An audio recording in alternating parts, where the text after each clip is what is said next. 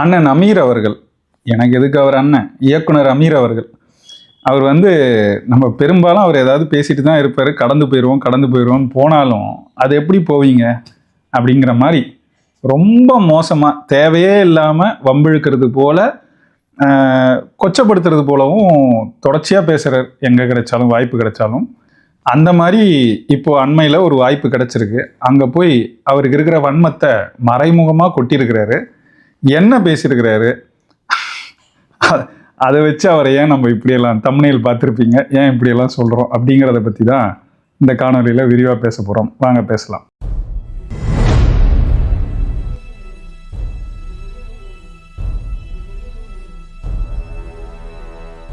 அனைவருக்கும் வணக்கம். நான் ஏற்கனவே சொன்னது போல இயக்குனர் அமீர் அவர் திமுக சார்பாக இருக்கார். அதெல்லாம் நமக்கு எந்த சிக்கல் இல்லை. எவ்வளோ பேர் இருக்காங்க, இவர் இருக்கக்கூடாதா? இருக்கலாம். நாம் தமிழரை எதிர்க்கக்கூடாதா? தாராளமாக எதிர்க்கலாம். அதுக்கெல்லாம் அவருக்கு எல்லா சுதந்திரமும் இருக்குது. ஆனால் குறைந்த அளவாவது ஒரு நேர்மையோட வைக்கிற விமர்சனங்களில் உண்மைத்தன்மை இருக்கான்னு பார்த்துட்டு வச்சா நல்லாயிருக்கும். ஏன்னா எப்போவுமே அதை பற்றி நேர்மையாக இருக்கிறத பற்றி இவர் நிறைய நேர்காணல்களில் பேசியிருக்கிறார். இவர் நேர்மையாக இருந்ததெல்லாம் பேசியிருக்கிறார்.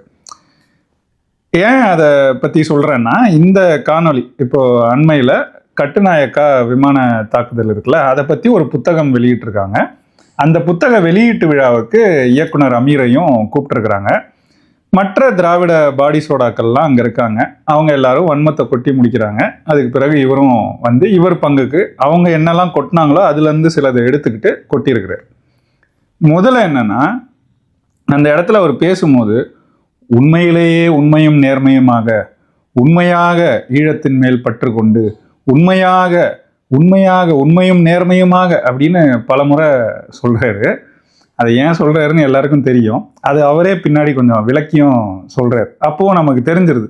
அது மட்டும் இல்லாமல் அதை பதிவு செஞ்சு வெளியிட்ட அந்த வலையொலி இருக்கு இல்லையா, அவங்களும் அவர் மறைமுகமாக யாரை சாடினார்னு போட்டிருக்கிறாங்க. நேர்மையாளர்னா அவர் எப்போவுமே ஒரு வகையில் தானே பதில் சொல்லுவார். ஸ்டேட்டஸில் வச்சு சொல்லியிருக்கலாம், சொல்லலை. அதனால் அவர் அப்படி தான் பேசியிருக்கிறாருன்னு எல்லாருக்கும் தெரியுது.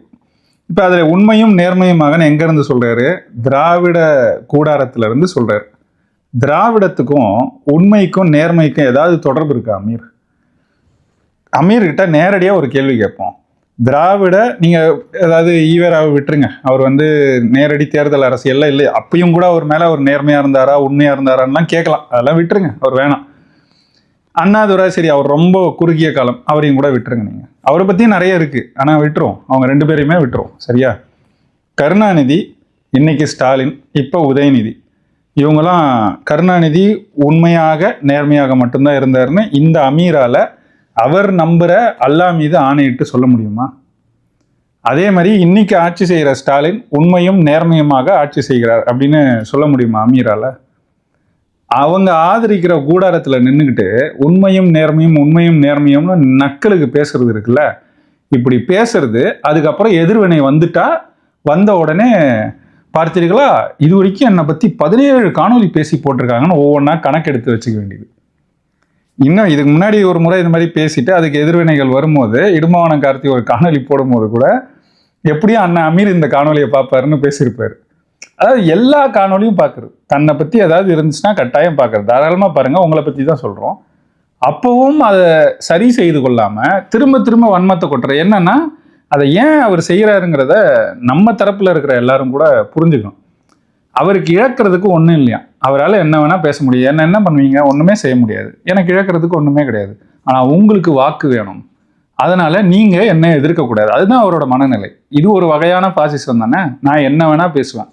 இப்போ நான் என்ன கேட்குறேன், கடந்த ஒரு 3 மாதங்கள் எடுத்துக்கோங்களேன், யாராவது நாம் தமிழர் தரப்புல இருந்தோ தமிழ் தேசிய தரப்புல இருந்தோ இயக்குனர் அமீரை பற்றி ஒரு வார்த்தை யாராவது பேசியிருப்பாங்களா? யாருமே எதுவுமே பேசியிருக்க மாட்டாங்க. அப்போ எதுக்கு தேவையில்லாமல் அவராக ஒரு மேடையில் ஏறி, அந்த மேடையில் ஏறுறீங்களா, அந்த மேடையில் அந்த தரப்பை பாராட்டி என்ன வேணால் பேசுங்க.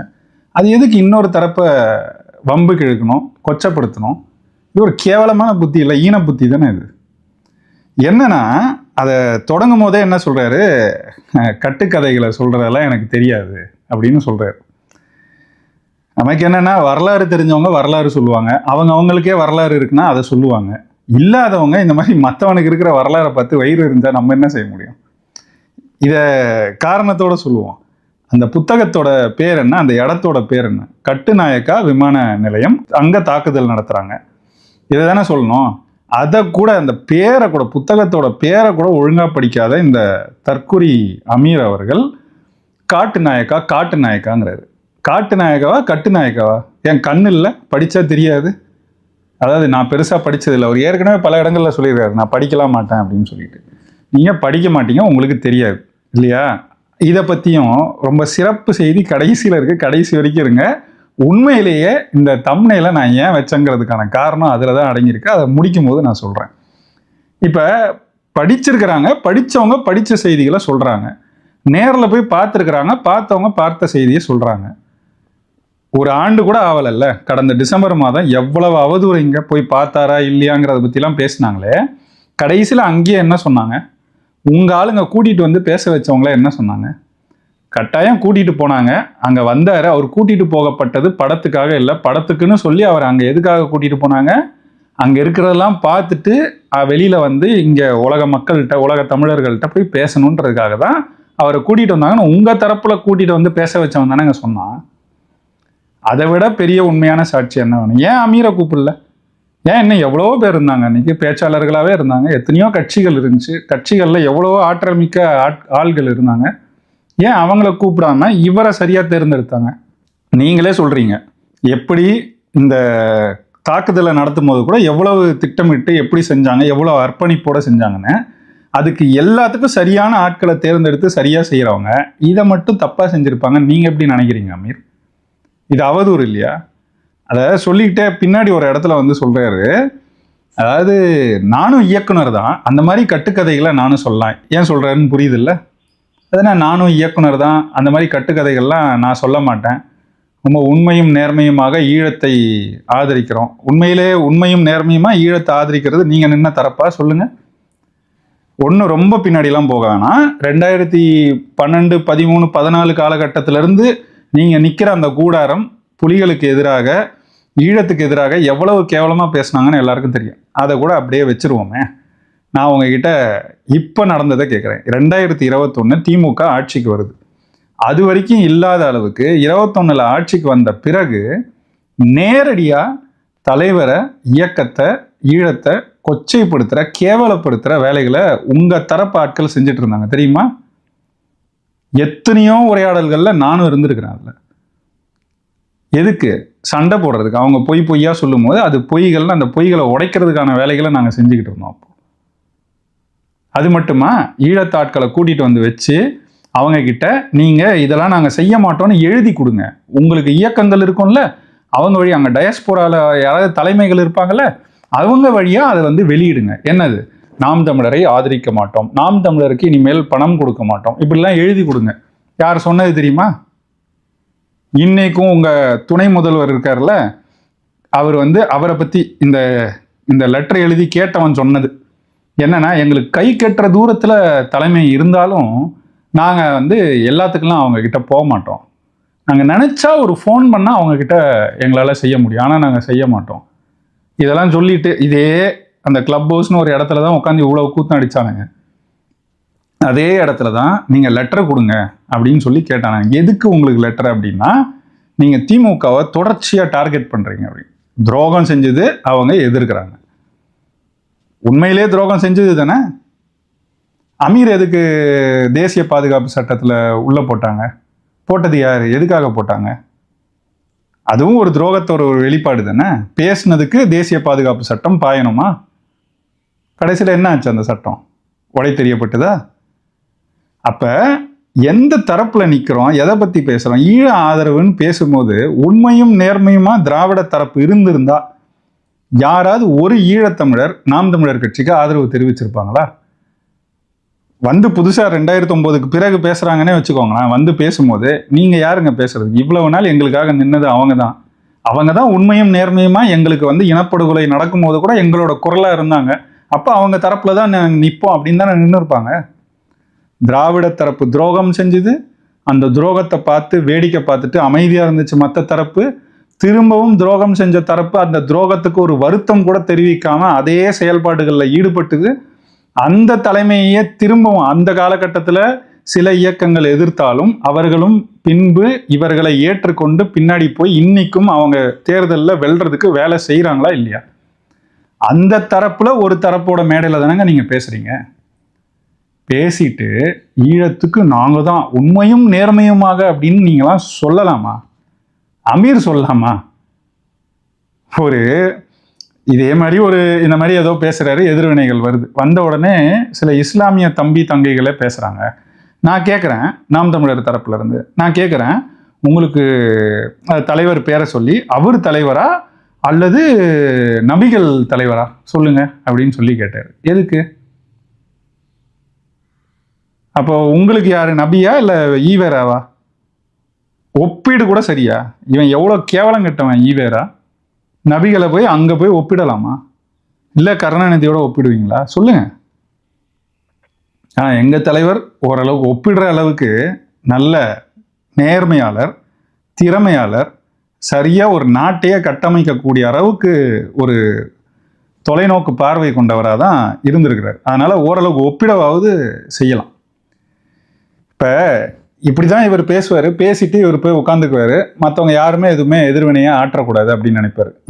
இவர் பேசுகிற இந்த கதை சொல்கிறது இதெல்லாம் கூட இவருக்கு முன்னாடி ஒரு தம்பி பேசுகிறான். அந்த தம்பி பேசின பேச்சிலேருந்து எடுத்துக்கிட்டார் இந்த சொற்களை எடுத்து பேசுகிறார். அது கூட வாடகை வாங்கினது தான். இவருக்கு சொந்த புத்தியெல்லாம் அந்தளவுக்கு வராது. அதை வாங்கி பேசுகிறார். அவன் இவனு ஒருமையில் அவ்வளவு மரியாதை இல்லாமல் கேவலமாக பேசுகிறான். ஏன் அமீரை பேச முடியாதா? இங்கே யாராவது பேசியிருக்காங்களா இது வரைக்கும்? எவ்வளோ விமர்சனம் வச்சாலும் அதை மரியாதையோடு தானே வைக்கிறாங்க. அவன் பேசுகிறான். அந்த மேடையில் உட்காந்து வேடிக்கை பார்த்துட்டு அவனுங்க கூடவே சேர்ந்து பேசுகிறீங்களே, நீங்கள் எவ்வளோ கேவலமானவராக இருக்கிறீங்க அமீர். இதில் இருக்கிறதுலையே சிரிப்பு செய்தி என்ன தெரியுமா? நான் அதுக்காக தான் இந்த காணொலியே செய்யணும்னு நினச்சேன். மற்ற எல்லாம் கூட சரி இப்படி தான் பேசிக்கிட்டு இருப்பார், கடந்து போவோம் அப்படின்னு நினச்சாலும் அந்த ஒரு புள்ளி என்னை கட்டாயம் பேசியே ஆகணும்னு உந்தி தள்ளுச்சு. என்னன்னா, எத்தனையோ மன்னர்கள் இங்கே ஆட்சி செஞ்சுருக்கிறாங்க. ஆனால் இன்னைக்கும் ஏன் ராஜராஜ சோழன், ராஜேந்திர சோழனை பற்றி நம்ம பேசுகிறோம் தெரியுமா? உங்களுக்கெல்லாம் தெரியுமா ஏன் பேசுகிறோன்னு? எனக்கு கொஞ்சம் தெரியும்னு வச்சுக்கோங்களேன். ஆனால் நான் ஏதோ ஒரு காரணம் நினச்சிட்டு இருந்தேன்.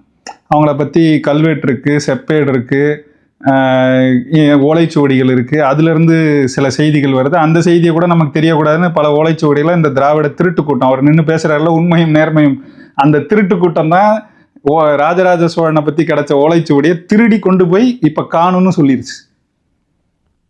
திருட்டு கூட்டத்துக்கிட்ட நின்றுட்டு உண்மையும் நேர்மையும் பேசிக்கிட்டு இருக்காரு. இப்போ நமக்கு ராஜராஜ சோழனை பற்றி எப்படி தெரியும்னா இப்படி தான் தெரியும் இல்லையா? இல்லைனா வெளிநாட்டு பயணிகள் அவங்க எழுதின சில குறிப்புகள் இப்படிலாம் தான் நமக்கு தெரிஞ்சிருக்கு. சில ஆய்வு நூல்கள் வந்திருக்கு. இது எல்லாமே இதன் அடிப்படையில் தான் வந்திருக்கும். கல்வெட்டு, செப்பேடு, அவங்க கட்டின கோயில், என்னென்ன இருக்கோ அவங்க விட்டு சென்ற சான்றுகள் அதுல இருந்து வரும். ஆனால் அமீர் தான் புதுசாக ஒன்று கண்டுபிடிச்சிருக்கிறார். என்னன்னா, இன்னைக்கும் எவ்வளவோ மன்னர்கள் இருந்தாலும் ராஜராஜனையும் ராஜேந்திரனையும் நம்ம ஏன் பேசுறோம்னா அதற்கு காரணம் சங்க இலக்கியங்கள் அவங்கள பற்றி சொல்றது. தெரியுமா? புதுசுல இது. இதனாலதான் அமீரை நான் தற்கொலைன்னு சொல்றேன். காரணம் என்னன்னா, சங்க இலக்கியம்ன்றது கிட்டத்தட்ட ஒரு 2ஆம் நூற்றாண்டு, சிலர் 3ஆம் நூற்றாண்டு வரைக்கும் சொல்றாங்க. 2ஆம் நூற்றாண்டோட முடிஞ்சது தான் சங்ககாலம். அந்த சங்க காலத்துல எழுதப்பட்ட, கடை சங்கத்தில் எழுதப்பட்ட சங்க நூல்கள் தான் நமக்கு கிடைச்சிருக்கு. அது எப்போ கடைசி, அதுக்கு 2ஆம் அல்லது 3ஆம் நூற்றாண்டுக்கு முந்தைய காலகட்டத்தில் எழுதப்பட்டதுங்கிறது தான். அதை பற்றின ஆய்வாளர்கள் எல்லாரும், நம்மளை ஏற்றுக்கிறவன் எதிர்க்கிறவன் உட்பட எல்லாரும் ஏற்றுக்கொண்ட ஒரு காலகட்டம்ன்றது அதுதான். ராஜராஜனோட காலகட்டம் எது? 10ஆம் நூற்றாண்டு இல்லையா? ராஜேந்திரன் காலகட்டம் எது? 10, 11ஆம் நூற்றாண்டு. ராஜராஜனுக்கும் 10, 11ஆம் நூற்றாண்டு தொடக்கம் அப்படின்னு சொல்லலாம். இதுதான் அவங்களோட காலகட்டம். ஆனால் 2ஆம் நூற்றாண்டுக்கு முன்னாடி எழுதப்பட்ட சங்க இலக்கியத்தில் 10ஆம் நூற்றாண்டு 11ஆம் நூற்றாண்டில் ஆட்சி செய்தவங்களை பற்றின குறிப்பு இருக்கான். அந்த குறிப்பு வச்சு தான் நம்ம தெரிஞ்சுக்கிறோமா மற்றவங்க இவங்களை விட சிறப்பாக ஆட்சி செஞ்சிருந்தா கூட நமக்கு தெரியாமல் இருக்கிறதுக்கு காரணம் என்னன்னா, இந்த சங்க இலக்கியம் மாதிரி குறிப்புகள் இல்லாமல் போனதுன்னு பேசுகிற இவரை தற்கொலைன்னு சொல்லாமல் வேற என்னங்க சொல்றது? படிப்பறிவு இல்லை, கேள்வி அறிவாவது இருக்கணும்ல. அடிப்படையில் திருக்குறளாவது படிச்சிருக்கணும்ல. படிச்சிருந்தா இந்த மாதிரிலாம் பேசக்கூடாதுங்கிறத வள்ளுவரே சொல்றாரு, நம்ம தெரிஞ்சுக்கலாம். நீங்க எங்க வள்ளுவரா அப்புறம் நபிகளான்னு கேட்பீங்க. உங்ககிட்ட போயிட்டு என்னத்தை சொல்றது? அதனால நண்பர்களே, எவ்வளவுதான் வன்மத்தை கொட்டினாலும், எவ்வளவுதான் கொச்சப்படுத்த நினைச்சாலும், இவங்க பேசும்போது நல்லா அவங்கள பேச விட்டு வேடிக்கை பார்த்தாலே அவங்க யாரு, அவங்க யாரை எதிர்க்கிறாங்களோ அவங்க யாரு, இதுல யார் உண்மையிலே உண்மையை நேர்மையா இருக்காங்க அப்படிங்கிறதெல்லாம் வெளிப்பட்டுரும், தெரிஞ்சிடும். எல்லாத்தையும் தாண்டி ஈழத்துக்கு உண்மையிலே யார் உண்மையை நேர்மையமா இருக்காங்கன்னு ஈழத்தமிழர்களுக்கு தெரியும். அதனாலதான் அவங்க நாம் தமிழர் பக்கம் நிக்கிறாங்க. இதுல இதோட மட்டும் விடாம இந்த கேவலங்கட்ட ஒருத்தன் இருப்பான்ல முக்தார்னு, அவன் ஒரு நிகழ்ச்சி நடத்திருக்கான். அந்த நிகழ்ச்சியிலையும் போய் முன்னாடி ரோல உட்காந்துருக்காரு இந்த அமீர். அதாவது பெண்களை எவ்வளவு கொச்சையா பண்றான். அதுக்கு தனியா வேணா பின்னாடி ஒரு காணொலி பண்றேன்னா பண்ணுவோம். அவன் பேசி வச்சிருக்கான். அவனுக்கு போய் இவர் ஆதரவு தெரிவிக்கிறாருன்னா இவர் யாரு, எதன் அடிப்படையில அவனுக்கு ஆதரவு தெரிவிக்கிறாருன்னு புரியுது இல்ல. அடிப்படையில இந்த ஆள் அவ்வளவுதான். அதுதான் இவர், வேற எதுவுமே கிடையாது.